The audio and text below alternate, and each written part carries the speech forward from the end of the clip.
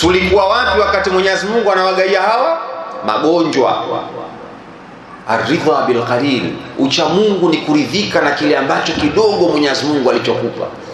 Inawezekana ukamuona mtu pengine ana nyumba na mume wake, ukaona wana gari, lakini pengine kuna mitihani ambayo Mwenyezi Mungu amewapa ambayo wewe hakukupa.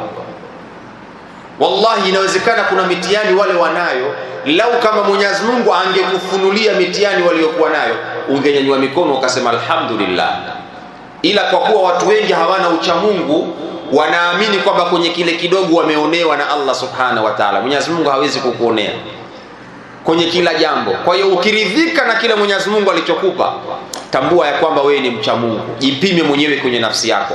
Mwanamke mcha Mungu ni yule ambaye anaridhika na hali yake, bila ya kumtazama mwenzie, jirani yake, mpangaji mwenzie, kwamba ana maisha mazuri, anakula nini. Usimtazame yule, tazama hali yako, kisha mshukuru Allah subhanahu wa ta'ala. Nikirudie kisa kimoja wanapenda sana kukipiga. Alitokea mlemavu mmoja, alikuwa hana mikono miwili, hana miguu miwili, na alikuwa hana macho mawili. Mlemavu. Ni kisa ambacho ni qissatun waqia, ni kisa cha kweli. Mlemavu ambaye alikuwa hana mikono miwili, hana miguu miwili, na hana macho mawili. Hebu vuta picha, alikuwa ni mlemavu wa aina gani? Ukienda Kariakoo, mtaa wa Tandamti, yuko mlemavu pale, hana mikono miwili, imekatika hapa kwenye mabega na miguu yake imekatika kwenye mapaja, yuko pale Tandamti. Kwa wanaomfahamu, wakimuona huwa wanamshangaa kwa sababu akitembea anabinuka hivi. Yupo Kariakoo anabinuka. Hana miguu, hana mikono, kwa hiyo anabinuka hivi. Yuko Kariakoo. Sasa huyu yeye alikuwa hana miguu miwili, mikono miwili na macho mawili, huyu alikuwa hana. Siku moja asubuhi akawa anatoka ule mlemavu, akawa anakwenda mahala. Sasa namna alivyokuwa anatembea, alikuwa akitembea kama nyoka, anabiringita hivi kama nyoka. Mtu mmoja akawa amemuona, huyu mlemavu anakwenda wapi? Akawa anashangaa, hali ya kuwa ni kipofu. Kumbe ule mlemavu asubuhi kaamka, kuna sehemu kuna kijimto, ndo akawa anakwenda kutoa matongotongo. Sasa anakwenda kutoa matongotongo vipi na mikono hana? Yule bwana akaanza akamfuatilia yule mlemavu, akafika sehemu kuna kisima kidogo dogo. Alipofika pale, kumbe amezoea, ndo njia yake kila siku anapita, kwa hiyo ameikariri. Akifika pale, anaingiza uso wake kwenye kile kisima kidogo dogo, anafanya hivi uso wake, kisha anatoa. Anaingiza uso wake, kisha anatoa. Kumbe pale ndo anatoa matongotongo. Yule mlemavu kafanya hivyo. Alipomaliza akasema alhamdulillah. Akasemaje? Alhamdulillah. Yule bwana aliyekuwa anamfuatilia akastaajabu kwamba yule bwana hana mikono miwili, hana miguu miwili, hana macho mawili, kwa nini anamshukuru Mwenyezi Mungu? Ikabidi akamfuata kwenda kumuuliza, ndugu yangu, hebu niambie, kwa kitu gani unachomshukuru Allah subhanahu wa ta'ala wewe? Na ulemavu huo uliogewa, kwa kitu gani mpaka unasema alhamdulillah? Yule mlemavu akamwambia, idh atlaqa liya lisanan shakiran wa qalban dhakira. Namshukuru Allah subhanahu wa ta'ala kwa kuniachia ulimi wenye kumshukuru Allah subhanahu wa ta'ala, lakini ameniachia na moyo wenye kumtaja Allah subhanahu wa ta'ala. Lisanan shakira wa qalban dhakira, kwa kuniachia ulimi wenye kumtaja Allah subhanahu wa ta'ala na moyo wenye kumshukuru Allah subhanahu wa ta'ala. Ndio maana namshukuru Allah subhanahu wa ta'ala. Yeye anamshukuru Mwenyezi Mungu kwa ajili ya ulimi ambao unamtaja Mwenyezi Mungu na moyo unaomshukuru Allah subhanahu wa ta'ala. Wewe una vingapi Mwenyezi Mungu alivyokupa? Unaridhika na ugavi wa Mwenyezi Mungu ukasema alhamdulillah, Mwenyezi Mungu ulichonipa nashukuru? Wacha Mungu wana kawaida ya kushukuru na kuridhika kwa vile ambavyo Mwenyezi Mungu alivyokuwa amewapa. Jipime kwenye eneo hilo. Unaridhika na mpango wa Mungu? Unaridhika na namna Mwenyezi Mungu anavyokupa, alivyokugaia? au unafanya husda kwa mwenzio. Ukijiona una hasadi kwenye moyo wako wa kila alichopewa mwenzio, tambua ya kwamba hujafikia kwenye kiwango cha uchamungu. Jambo la tatu, Sayyiduna Ali akasema uchamungu ni kufanya istidad, wal istidadu li yaumir rahil, kufanya maandalizi kwa ajili ya kuelekea kwa Allah subhanahu wa ta'ala. Na hapa nikae kidogo niwaambie ni kitu. Mcha Mungu ni yule ambaye maisha yake yote anaishi hali ya kuwa anajua kuna safari anaelekea kuelekea kwa Allah subhanahu wa ta'ala. Jipime kwenye eneo hili, we maisha yako unavyoishi, au ndio we unakwenda kwenye usiku wa keki kwenda kusasambua ukiamini kwamba we utaishi milele hapa duniani, unakwenda kumwaga razi, watu wanakurekodi video wanakwenda kuweka kwenye mtandao, au ndio wewe unakwenda kuwadhulumu wenzio kwenye upatu, unakwenda kutunza kwenye vigoma vya Uruguay, kwenye mabenibati ili watu wakusifie. Yani ukiamini hapa duniani we utambe watu wakusifie utaishi milele, yani unaishi kwenye maisha ya aina gani? Unaamini kwamba kuna siku utakwenda kukutana na Allah subhanahu wa ta'ala, au unaishije? Nyinyi wanawake wa Kiislamu ni mashahidi hali ilivyo hivi sasa. Namna gani wanawake wa Kiislamu wanapokwenda kusasambua, mtu anapanda kwenye meza na sasambua.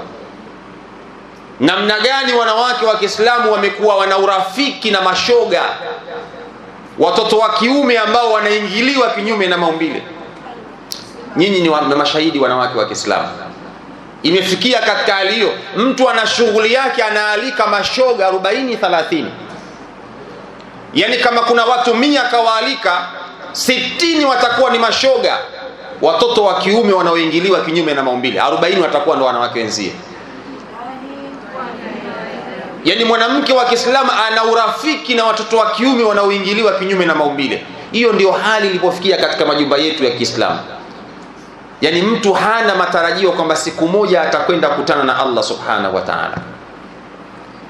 Tena imefikia mahala kuna baadhi ya wanawake wa Kiislamu marafiki zao ndio wamekuwa hao mashoga kulikoni wanawake wenzao. Mimi wanafuatilia, naona hali ilivyokuwa mbaya katika majumba ya Kiislamu na katika shughuli za Kiislamu. Nyinyi ni mashahidi. Iwe ni 40 ya mtoto, iwe kuna maulidi, sijui iwe kuna harusi, sijui kuna mtu ana birthday yake, si ndio usiku wa keki mnaitwa, sio kwenda kutunza nini. Yani ukienda kwenye zile shughuli kwenda kutazama, tena nyingine ni maulid, anaita maulid na mtoa mwanangu, lakini wallahi ukienda pale utakuta mashoga wanatunza hivyo. Mwanamke wa Kiislamu kawekwa mbele, anakuja anatunzwa na shoga, mtoto wa kiume anaingiliwa kinyume na maumbile. Hiyo ndio hali, na mwanamke wa Kiislamu anafurahi, anaenjoy, hajui kwamba kuna siku atakwenda kukutana na Allah subhanahu wa ta'ala. Mcha Mungu ni yule ambaye anafanya istidad akijua kama kuna siku, ipo siku isiyokuwa na jina. Wattaqu yawman turja'una fihi ila Allah thumma tuwaffa kullu nafsin ma kasabat wa hum la yudhlamun. Iogopeni siku ambayo mtarejeshwa kwa Allah subhanahu wa ta'ala, na kila nafsi itakwenda kulipwa kwenye kile ambacho ilichokuwa imefanya katika mgongo wa ardhi. Kila nafsi itakwenda kulipwa, na Mwenyezi Mungu hatawadhulumu chochote ulichofanya katika mgongo wa ardhi. Uliwa entertain mashoga wakaja kwenye harusi yako, wewe ndio ulikuwa ndio organizer. Yani watu wakitaka mashoga, wakitaka watu ambao, yani wewe ndio organizer. Kuna wanawake wa Kiislamu hao ndio maorganizer, yani wanajulikana hao. Ukitaka shughuli yako waje mashoga wanaoingiliwa kinyume na maumbile, mfuate mwanamke fulani, ndio ana connection ya hao watu. Mwenyezi Mungu anasema utakwenda kulipwa, hatoacha dhulma, hatoacha jambo la aina yoyote, na hamtodhulumiwa. Tutakwenda kukutana na Allah subhanahu wa ta'ala. Waqifuhum innahum mas'ulun, wasimamisheni hao, hakika leo ni wenye kuulizwa. Mwenyezi Mungu anasema hivyo. Tutakwenda kusimamishwa kwenye mahakama ya Allah na tutakwenda kuulizwa kwenye kila jambo. Tujipimeni kwenye eneo hilo kwamba ni namna gani tunafanya istidad kwa ajili ya kuelekea kwa Allah subhanahu wa ta'ala.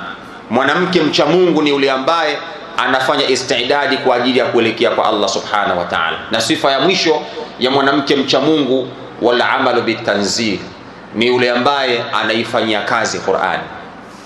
Madrasa hii imejengwa nzuri, mashallah. Mwenyezi Mungu awalipe kila la kheri. Leo wameni surprise, nimekuja hapa nimeshangaa.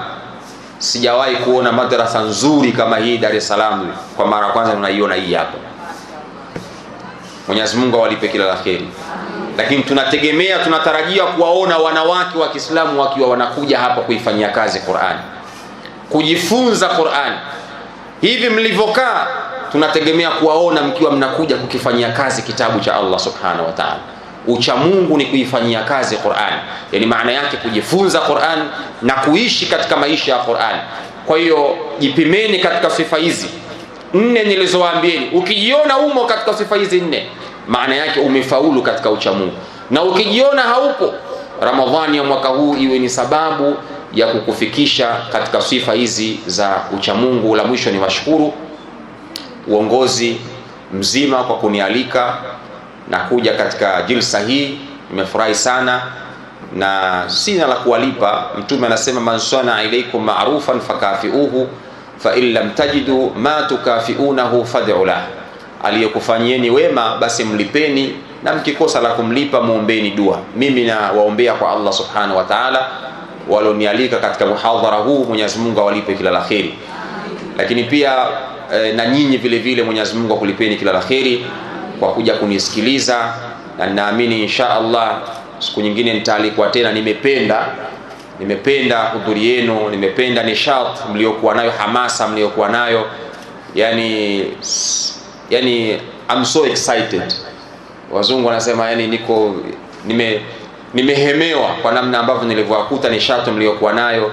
Dar es Salaam hii mimi natembea sana, na nje ya Dar es Salaam sijaona sehemu ambayo kuna hamasa ya dini ya wakina mama kama hivi. Sijaona. Namuomba Allah wadumishe. Na muombe dua hawa ambao wanasimamia majambo haya, insha Allah wazidi kuongoza katika kheri. Wassalamu alaikum wa rahmatullahi wa barakatuh. Wa alaikum salam wa rahmatullahi wa barakatuh. Tunakushukuru Sheikh wetu Sheikh Shabani Pembe, Sheikh ambaye kipindi hiki katika nchi yetu unafanya kazi kubwa ya dini, lakini kubwa umekuwa mtu ambaye una trendi sana katika mitandao ya kijamii.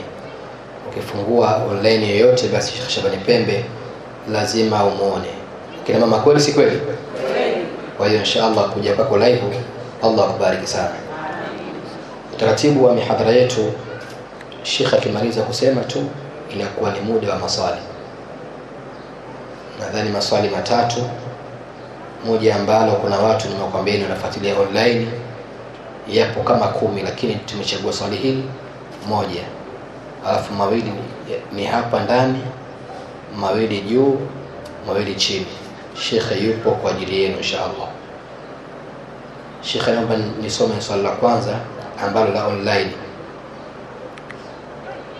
Kuna mama anauliza, anaitwa mama, kumtaja haipendezi, tuchukulie kama ni mama anauliza kwamba nini hukumu ya mwanamke aliyezaa na mwanamume asiyekuwa na mumewe. Yaani nini hukumu ya mwanamke ambaye yupo ndani ya ndoa lakini kazaa na mtu mwingine kachepuka, alafu akihakiki ile mimba sio ya mumewe, nini hukumu yake? Swali hilo kina mama mmeelewa? Kauliza huyo, yani mwanamke yupo ndani ya ndoa anaishi na mumewe, afu amechepuka, ametoka nje, amepata ujauzito ambao ujauzito huo sio wa mumewe, nini hukumu yake? Sheikh Shabani, karibu sana.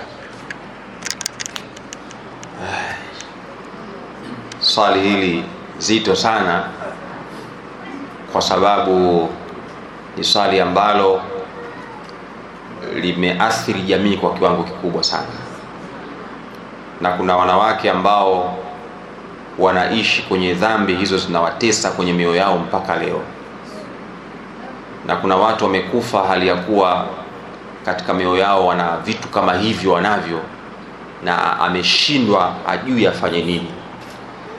Kwa hiyo ni swali ambalo limeulizwa, kusema ukweli limetikisa moyo wangu, lakini najua changamoto hizo zipo katika maisha ya ndoa. Ni nini hukumu yake? Kwa mujibu wa sheria ya Kiislamu, mwanamke aliyekuwa katika ndoa akaenda akachepuka nje ya ndoa, akapata ujauzito, akauleta ndani ya ndoa bila yule mume wake kujua kwamba ule ujauzito sio wa kwake, yeye akiamini kuwa ni wa kwake yule mwanamume, kisheria huyu mtoto anakuwa ni mtoto wa huyu mwanamume. Kisheria huyu mtoto anakuwa ni mtoto wa huyu mwanamume, mumewe, yani anakuwa ni mtoto wake, kwa sababu huyu mtoto anakuwa yupo ndani ya ndoa. Unifahamu vizuri eh? Lakini itakapotokezea huyu mwanamume akajua kwamba huyu mtoto sio wa kwangu, nimebambikiwa, lazima swala hili lifike katika mahakama ya kadhi. Likifika kwenye mahakama ya kadhi, kadhi atahitaji maelezo kutoka kwa yule mwanamke. Yule mwanamke akithibitisha hilo jambo kuwa ni kweli, yule mtoto sio wa yule mumewe, maana yake hapo itaingia kwenye hukumu ya li'an. Yani maana yake ni kwamba yule baba itabidi yule mtoto amkane yule mtoto kuwa sio wa kwake. Itaingia hukumu kwenye li'an, kwenye sheria ya li'an. Mwanamke akikiri kwamba huyu sio wa kwake na nini, itakuwa ni li'an. Kwa hiyo baba itakuwa yule sio mwanawe kinasaba. Hiyo ndio hukumu yake katika sheria ya Kiislamu. Lakini mbele ya Allah subhanahu wa ta'ala, sasa ndio umefanya jambo kama hilo, kisha ukakaa kimya, ukumwambia yule mume wako katika dhambi hiyo ulioifanya, hukumu yake mbele ya Allah subhanahu wa ta'ala ni kubwa sana, isipokuwa ukitubia. Yani kinachoweza kukusaidia wewe ni kufanya toba mbele ya Allah subhanahu wa ta'ala, ni kutubia toba iliyokuwa ya kweli mbele ya Allah subhanahu wa ta'ala. Shekhe, nitoe kisa kidogo ili nikazie katika jawabu langu hili. Katika visa vya Banu Israil iliwahi kutokea mwanamke mmoja alizini na mwanaye mzazi wa kumzaa, na baada ya kuzini naye wakazaa, akapata mtoto, akapata ujauzito yule mwanamke. Na kilichotokea ni kwamba ile ikawa ni siri baina yake yeye na Allah subhanahu wa ta'ala, baina yake yeye na Allah subhanahu wa ta'ala, hakuna aliyekuwa anajua. Musa siku moja akawa anapita, yule mwanamama akamwambia, bwana, mimi nina jambo nimefanya, hebu nenda kwa Mwenyezi Mungu. Hakumwambia jambo gani, nenda kwa Mwenyezi Mungu kaniulizie nafasi yangu mbele ya Mwenyezi Mungu ipoje kwa dhambi niliyoifanya. Sikwambie huyu kachepuka kwa mume wake, huyu kazini na mwanae kapata ujauzito. Musa alipokwenda kule akamuuliza, bwana, baada ya kuongeana, bwana, kuna mama mmoja ananiuliza hukumu yake ipoje kwa dhambi aliyoifanya au jambo alilokuwa nalo. Mwenyezi Mungu akamwambia, huyo hana tatizo lolote kwangu na wala sina shida naye, yuko sehemu salama tu. Musa akarudi akampa bishara, bwana, Mwenyezi Mungu anasema hakuna shida yoyote baina yako wewe na yeye. Maana yule mama akasema haiwezekani, mimi nimezini na mwanangu. Mara ya pili akamwambia, hebu nenda kaniulizie tena. Alipokwenda kule Musa, bwana, mama anauliza, mwambie yuko salama, sina shida naye. Mara ya tatu yule mama akaona taamini, akamwambie Musa, bwana, mimi nimezini na mwanangu kadha kadha kadha kadha. Musa akaona alipokwenda kwa Allah, Mwenyezi Mungu akamwambia, huyo mwanamke adhabu yake ni kubwa motoni, adhabu yake kubwa. Mwenyezi Mungu akauliza, imekuwaje mwanzo ulinijibu hivi, sasa hivi? Akama, mwanzo alipofanya ile dhambi ilikuwa ni baina yangu mimi na yeye, lakini baadaye akaamua kuisema ile dhambi, kuiweka wazi, sasa imekuwa ni baina ya watu wengine nao kujua. Kwa hiyo adhabu yake itakuwa ni kubwa. Kwa hiyo tafsiri yake ni kwamba kuna baadhi ya dhambi unaweza ukafanya, lakini kwa kuwa umefanya na umejua baina yako wewe na Allah subhanahu wa ta'ala, basi fanya toba kwa Allah subhanahu wa ta'ala. Lakini kama ikijulikana, ikija kwenye mahakama ya kadhi, hukumu yake kama ndio nilokuambia. Lakini ikiwa unajua umefanya hivyo, fanya toba iliyokuwa ya kweli mbele ya Allah subhanahu wa ta'ala. Na toba ina masharti yake. Kuna toba nyingine haiwezi kupokelewa na Allah ikiwa umedhulumu haki ya mtu. Ikiwa umedhulumu haki ya mtu, sharti umrudishie ile haki yake, ndio toba yako inakubalika. Sasa wewe umemfanyia ghushi mume wako katika ndoa, toba yako maana wewe umemkhini mume wako katika ndoa, umembambikia, lile jambo sio lake. Na Mtume, man khashana falaisa minna, mwenye kufanya ghushi sio katika sisi. Umefanya ghushi, umembambikia, umemdanganya. Sasa sharti yake sio kukaa kimya tu, sharti yake ili usamehewe na Allah umwambie, ijulikane. Sio kwamba kwa sababu nimefanya hii dhambi Mwenyezi Mungu kuna haki pale ya mtu, yani yule umedhulumu haki yake. Sasa ili ukubaliwe toba yako, sharti ile hiyo. Sasa hii wanawake wengi wanakufa nacho hichi kitu. Wallahu wa rasuluhu a'lam.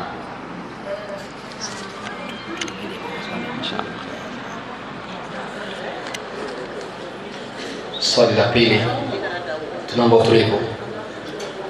Swali la pili, usiku ukisahau kunuia inakuwaje ndani ya Ramadhani?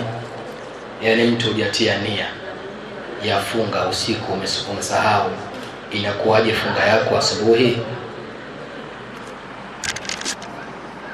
Ibada yoyote nguzo yake ya kwanza ni nia. Ikiwa itakosekana nia, maana yake hakuna ibada. Innamal a'malu binniyat, amali yoyote inalipa kutokana na nia. Kwa hiyo ikiwa haukuweka nia, maana yake hiyo ibada yako itakuwa haiwezi kukubaliwa. Lakini inawezekana muulizaji alikuwa anakusudia ile nawaitu sauma ghadin, ile kama tulivyozoea, pengine hakutamka ile, lakini yeye ana nia katika moyo wake kesho kufunga, lakini ile hakuitamka. Inawezekana pengine akawa anakusudia hivyo. Ikiwa hakutamka hiyo, lakini katika moyo wake anakusudia kufunga kesho, bado funga yake inakubaliwa. An-niyya mahalluha fil qalbi, nia mahala pake ni katika moyo. Inawezekana mtu akatamka mdomoni lakini moyoni hayupo, lakini mtu akawa moyoni ipo lakini hakutamka, yote inakubalika. Wallahu wa rasuluhu a'lam.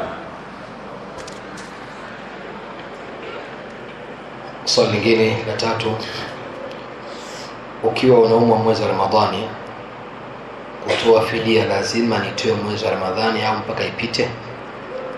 Nimekosa kufunga kwa ajili ya maradhi, je, fidia nisubiri Ramadhani ipite au inakuwaje?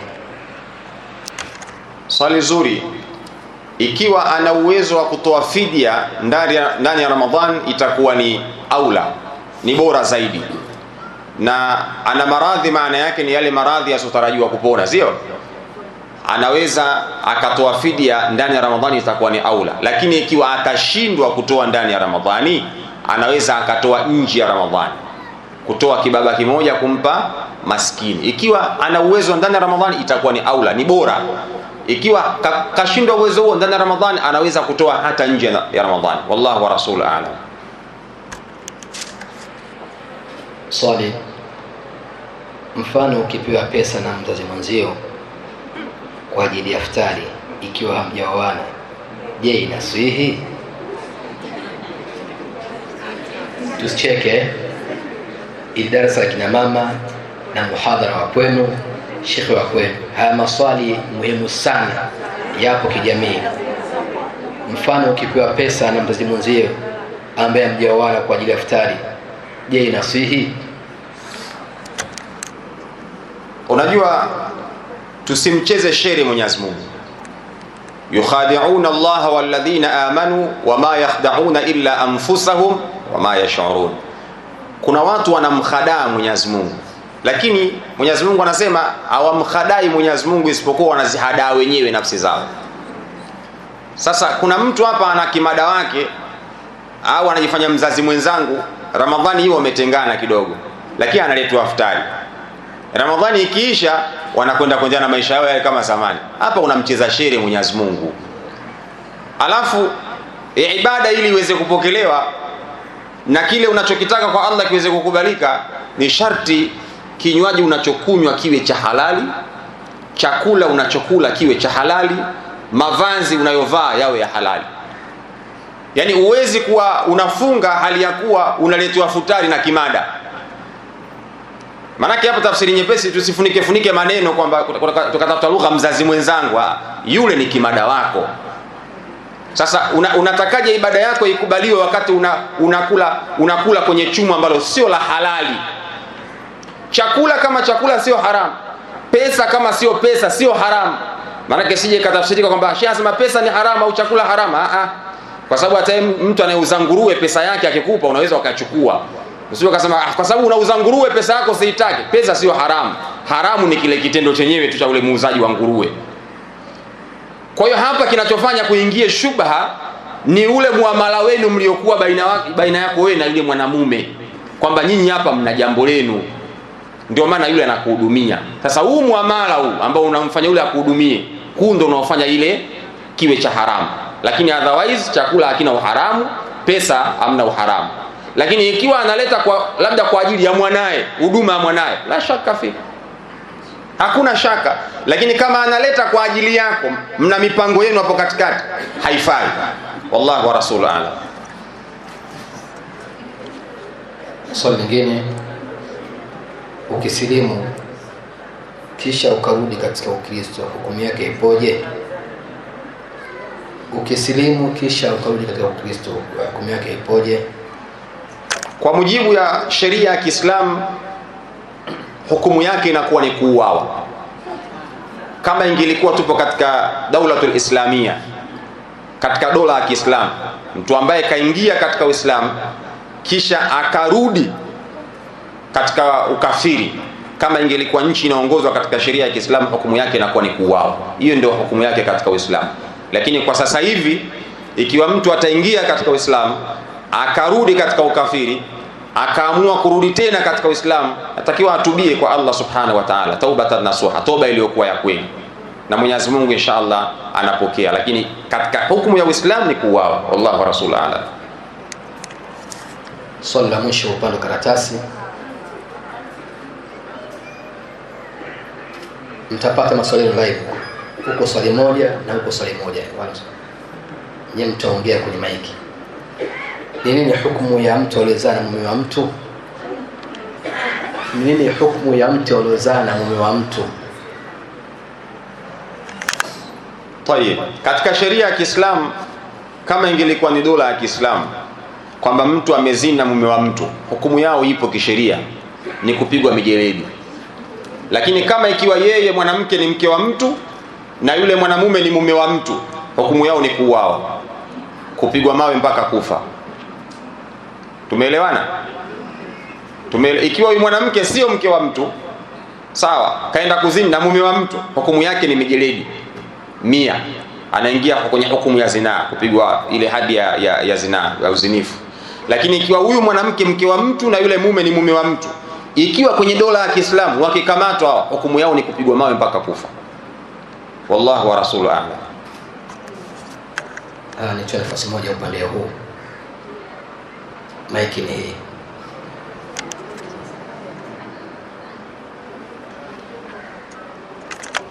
Assalamu alaikum wa rahmatullahi wa barakatuh. Ni nini madhara ya mlaji riba? Na huyo mlaji riba kile kipato chake anachokipata ndio anakinunulia futari katika mwezi huo wa Ramadhani, ni nini madhara yake? Assalamu alaikum wa rahmatullahi wa barakatuh. Huyu ni mama Kibano na swali lake la kisheria hii. Hukumu ya mla riba kwa mujibu wa hadithi ya Mtume, dhambi ya riba ni bora kumwingilia mama yako mzazi kuliko ni dhambi ya riba, kwa mujibu wa hadithi ya Mtume. Yani dhambi ya kumwingilia mama yako mzazi ni nyepesi kuliko ni dhambi ya kula riba. Hiyo ndiyo hukumu katika Uislamu. Yani dhambi yake ni kubwa kuliko ni kumwingilia mama yako mzazi au kutembea na baba yako mzazi, kwa mujibu wa hadithi ya Mtume. Ndio unaona hapo ubaya wa riba ni kwa kiwango gani. Na mtu ambaye anakula futari yake lakini kwa kipato cha riba anakula, kile chakula chake kinakuwa ni haramu. Kipato au futari iliyotokana na pesa ya riba, kile kipato au ile futari inakuwa ni futari ya haramu, kwa sababu imetokana na source au masadiri, vyanzo vya haramu. Kwa hiyo futari yake inakuwa ni ya haramu. Wallahu wa rasuluhu a'lam. Assalamu alaikum wa rahmatullahi wa barakatuh. Kwanza kabisa Shekhe, tunakushukuru kwa kutupeleka maabara leo. Umekwenda kufanya research ya nafsi zetu. Inshallah Mwenyezi Mungu akupe kheri. Swali langu, nina mtoto wangu ambaye ameolewa. Mume wake ana wake 3. Lakini anaweza kukaa kwa mwanangu miezi 6 kabla hajaenda kwa wake wenzie yule mume. Na akijaribu kumwambia mume wake aende kwa wake wenzake, yule mume anamwambia ugonjwa mimi na wake zangu huwezi, niache kama nilivyo. Na kule haendi na nabaki kwa mwanangu miezi 6, 5, akienda kule siku moja, akija kwa mwanangu miezi 6, 5, akienda kule siku 2, miezi 6, 5 kwa mwanangu. Sasa anauliza, je, ni nini hukumu yake huyu mwanangu wa kike? Swali zuri sana.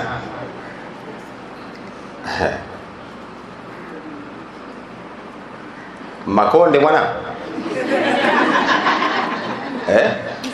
Mzaramu ndo maana. Unajua godoro ambalo hujalalia huwezi kujua kunguni wake. Kwanza nianzie hapo. Godoro ambalo hujalalia huwezi kujua kunguni wake.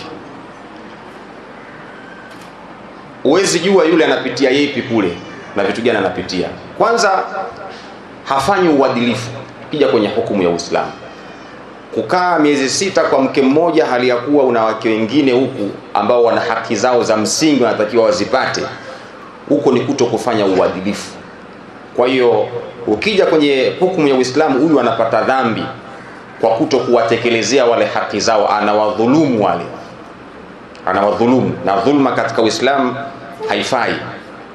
Kwa hiyo anapata dhambi kwa kuwadhulumu wale haki zao. Hii moja katika hukumu ya Uislamu, kwa sababu afanye uadilifu. Jambo la pili, ili tumtie katika makosa lazima tujue kwamba kuna changamoto gani anayoipitia kule kwa wale wake wengine, kwa sababu hata Mtume sallallahu alaihi wasallam mke wake Ummu Salama yeye aliamua kuitoa zamu yake kwa mama Aisha.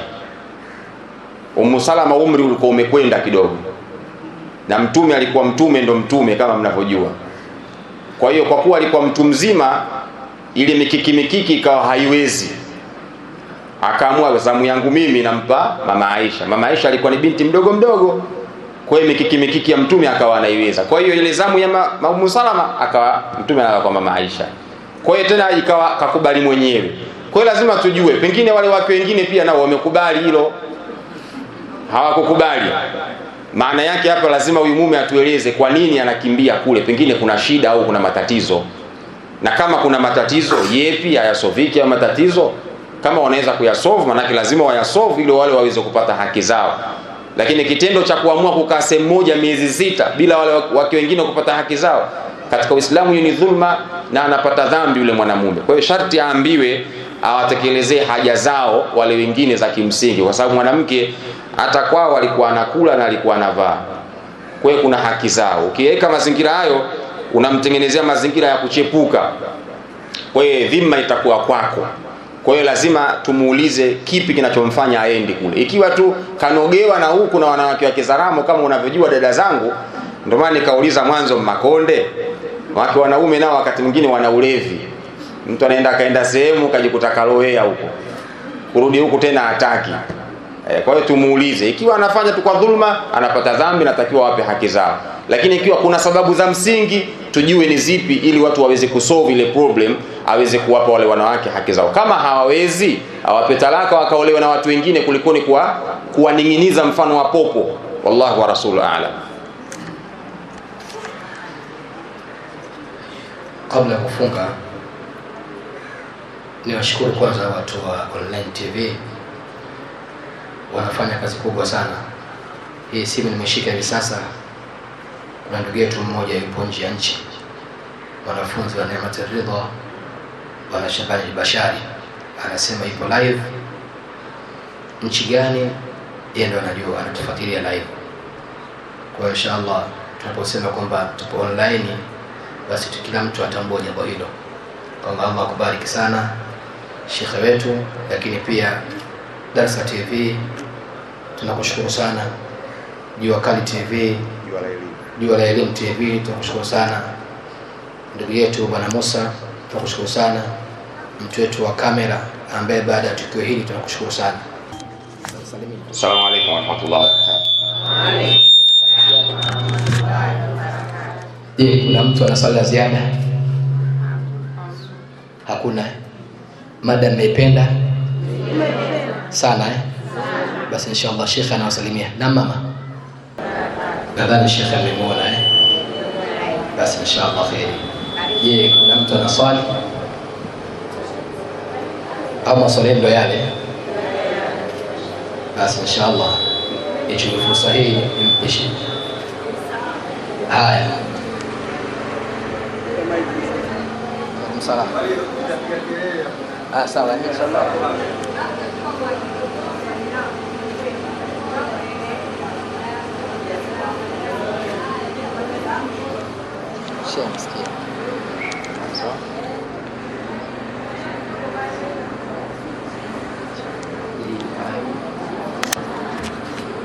Swali lake kwamba mtoto wake ana changamoto ya kiafya, siku anamwambia afunge, siku aache. Unafanya vizuri kumwambia siku afunge na siku aache, kwa sababu mtu ambaye anaumwa ana dharura ya kisheria haruhusiwi kufunga. Lakini sasa lazima ujue kwamba huko mbeleni utatakiwa aje alipe hizo funga ambazo ni mdogo 11 hajabaligh bado. Basi yeye kisheria anakuwa sio mukallaf. Sheria haikumtazama kwamba anatakiwa afunge, kwa sababu funga ni kwa mtu ambaye amebaligh, kashakuwa ni mukallaf tayari. Kwa hiyo wewe unamfanyisha mazoezi, tuko pamoja Lakini miaka 11 kisheria anakuwa tayari kashakuwa ni mukallaf. Kiingia katika ule umri wa kisheria katika fiqh 11 anakuwa kashabaligh tayari. Kwa hiyo anakuwa ni mukallaf. Kwa hiyo mzoeshe aendelee kufunga. Kwa hiyo unafanya vizuri, sikufunga sikuacha, umefanya vizuri. Allahu wa Rasulullah. Labda nikusaidie tu Sheikh aweke wazi nini maana mukallaf. Mukallaf unajua? Basi. Samahani. Mukallaf maana yake ni yule mtu ambaye sheria inamwajibikia kwake kwamba swala asiposwali anapata dhambi, funga asipofunga anapata dhambi, ndio anaitwa ni mukallaf. Mtu ambaye tayari sheria ishaanza kumtazama, anatakiwa atekeleze sheria. Ila watoto wao hawaitwi ni mukallaf kwa sababu hawajafikia katika umri wa kulazimishwa na sheria. Swali la mwisho.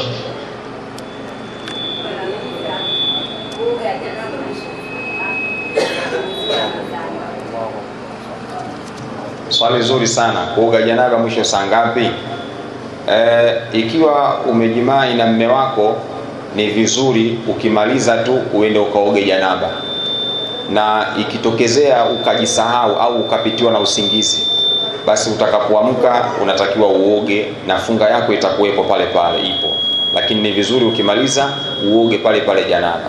Hiyo ni mustahab, ni jambo lenye kupendeza na ni zuri. Lakini ikitokezea umepitiwa na usingizi ukaamka hali ya kuwa na janaba, bado funga yako itakuwepo, lakini muda huo unatakiwa uende ukaoge. Allahu wa Rasulullah.